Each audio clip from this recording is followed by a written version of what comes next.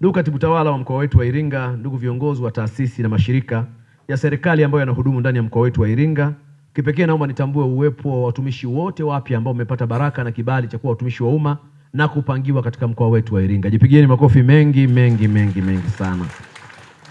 Ndugu viongozi wenzangu na watumishi wapya wote, kwanza tunamshukuru Mungu kwamba leo tumepata nafasi ya kukutana na watumishi wote wapya.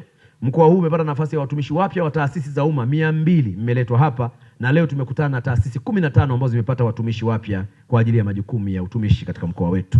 Ni imani yangu kwamba mmefurahi kuwa mkoa wa Iringa, na sisi kama wana Iringa tuko tayari kuwapeni ushirikiano wa kutosha ili utumishi wenu hapa uwe ni baraka kwa wananchi na uwe ni fanaka kwa taifa letu, lakini pia uwe ni matumaini kwa wananchi ambao wanatutegemea katika mkoa wetu wa Iringa.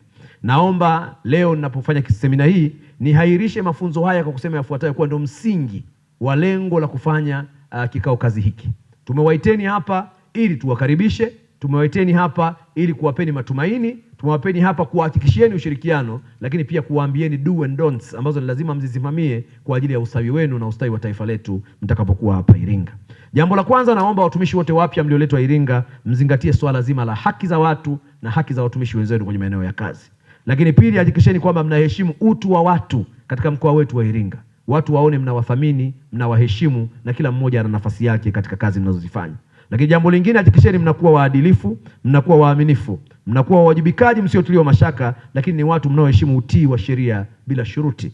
Lakini tatu, hakikisheni matendo yenu na maneno yenu yanajenga umoja na mshikamano wa watu ndani ya mkoa wetu.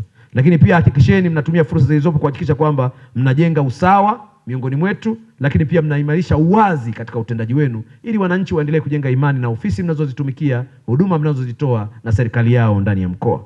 Lakini mwisho, nawasisitiza sana mtakapokuwa hapa Iringa, hakikisheni mnatumia fursa ya kuwa Iringa kujiimarisha kiuchumi.